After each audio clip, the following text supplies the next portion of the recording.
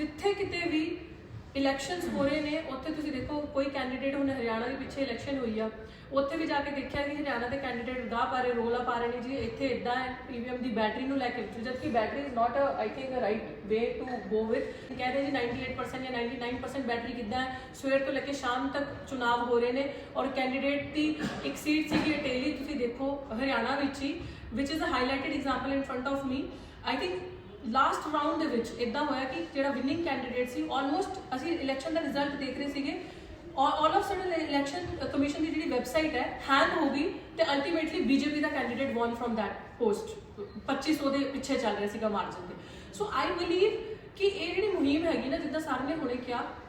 ਕਿ ਇਹ ਹਰ ਕਿਸੇ ਦੀ ਵੀ ਜੜ ਜਿਹੜੀ ਹੈਗੀ ਨਾ ਈਵੀਐਮ ਹੈਗੀ ਹੁਣ ਮੈਂ ਵੀ ਇਲੈਕਸ਼ਨ ਕੰਟੈਸਟ ਕੀਤਾ ਆਮ ਸ਼ੋਰ ਤੁਹਾਡੇ ਸਵਾਲ ਹੋਣੇ ਕਿ ਤੁਸੀਂ ਇਲੈਕਸ਼ਨ ਕੰਟੈਸਟ ਕੀਤਾ ਔਰ ਉੱਥੋਂ ਦੂਜੀ ਪਾਰਟੀ ਜਿੱਤੀ ਆ ਬਟ ਇਹ ਨਾ ਬਹੁਤ ਸਮਾਰਟਲੀ ਜਿਹੜੀ ਇਸ ਟਾਈਮ 'ਚ ਬੀਜੇਪੀ ਗਵਰਨਮੈਂਟ ਸਰਕਾਰ ਬੈਠੀ ਆ ਪਾਵਰ ਵਿੱਚ ਉਹ ਜਿਹੜੀ ਸਰਕਾਰ ਦੇ ਵਿੱਚ ਬੈਠੀ ਆ ਉਹਨੂੰ ਪਤਾ ਕਿ ਕਿੰਨਾ ਕੁ ਮੈਨੇਜ ਕਰਕੇ ਅਸੀਂ ਕਿੱਥੋਂ ਜਿੱਤਣਾ ਹੈਗਾ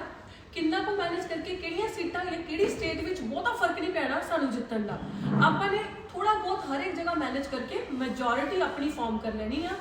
एंड ऑल्सो इन हरियाणा में देखा कि जब इलैक्शंस हो रही थी इंडिपेंडेंट कैंडीडेट खिलाते इंडिपेंडेंट कैंडीडेट के उत्थे मैनिपुलेट करके ईवीएम नूं उन्हां नूं पता कि मेजोरिटी साडी नहीं है एक दो सीटां तो रह गई तो जो इंडिपेंडेंट दो तीन कैंडीडेट जिहड़े असीं जिता लेने उन्हां नूं विच मिला के असीं अपनी सरकार फॉर्म कर लैनी so this is what is happening if BJP in last election didn't get through Jammu Kashmir तो उन्होंने हरियाणा च बाजी मार ली हुण अपकमिंग इलैक्शन इन 2027 जिहड़ा आ रहा है ये बहुत वरीसम इशू आ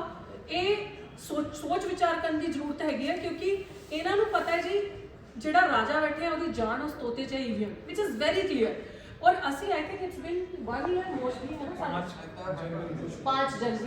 5 जनवरी से हम लोग 5 जनवरी से हम लोग इस पे लगातार काम कर रहे हैं हमारी पूरी टीम लगातार काम कर रही है प्राचा साहब ने उसके लिए एक डेमो कंटेस्ट भी किया था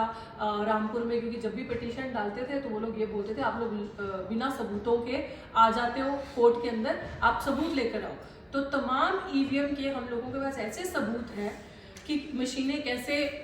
बिना प्रूफ के आ जा रही हैं जैसे कहते हैं जी स्ट्रांग रूम में बड़ी शक्ति होती है मशीनें ऐसे आती है फुल सिक्योरिटी होती है जीरो अगर आप हमारे पास कभी अगर हमारा ट्विटर देखें अगर आपको कोई सबूत भी चाहिए आप हमसे ले सकते हैं हमारे पास A to Z सारी रिकॉर्डिंग्स हैं आई थिंक कुछ छुपाई भी अगर कुछ हमें दी भी नहीं है तो इसलिए हमने वो सारे पुख्ता सबूत किए हमारे पास रखे और आपको ये भी चीज़ बता दूं कि आज दिन तक जितनी भी फर्जी पटिशनें सुप्रीम कोर्ट में डाली जाती है ईवीएम को लेके वो आप लोगों का ये भी सवाल होगा कि वो रद्द हो जाती है सुप्रीम कोर्ट कहता है जी जो हमारे इलेक्शन कमीशन के चीफ है मिस्टर राजीव कुमार वो झूठ ऐसा बोलते नहीं जी नहीं ईवीएम 100% सुरक्षित है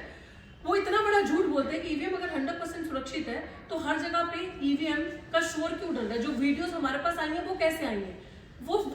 मतलब इस तरीके की सिचुएशन क्रिएट करना जानबूझ के क्योंकि उनको पीछे सरकार का बैक है तो मुझे लगता है कि हम लोग ऐसी सिचुएशन पे आज है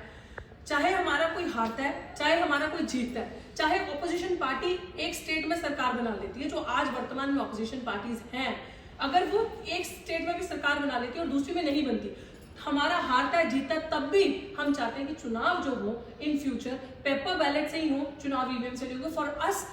machines can not be safe for us EVM जो है मशीन जो है वो बुलेट प्रूफ वो कभी भी ऐसा आपको नहीं देंगी कि ये बिल्कुल ऐसा मैकेनिज्म है जिसके साथ फेयर एंड जस्ट तरीके से चुनाव हो सकते हैं तो इसी एक मुहिम को लेकर हम लोग यहाँ पे आए हैं बीजेपी का एक तरीका एक ट्रेंड है जानबूझ के कोर्ट में जो बहुत हाईलाइटेड मैटर होता है उसमें अपने ही किसी बंदों से पिटीशन डलवा के उसको रद्द करवा देती है उसको डिस्पोज ऑफ करवा देती है और हमारे अगेंस्ट में वो फैसला आ जाता है तो अमूमन जो जनता जिनके पास इन्फॉर्मेशन नहीं पहुंचती उनको ही लगता है कि पक्का ये तो ऐसे ही झूठ बोल रहे सुप्रीम कोर्ट तो ये कह रहा है और जो इलेक्शन कमीशन का चीफ है वो तो ये कह रहे हैं तो अगर हमारी पिटीशन पे आपका बात करें जो हमने कोर्ट में डाली है वो निरंतर तरीके से उस पर कार्रवाई चल रही है और जो लोग इन चीज़ों को समझते हैं वो सड़कों पे आकर मजबूती से आगे नए आंदोलन की तैयारी कर रहे हैं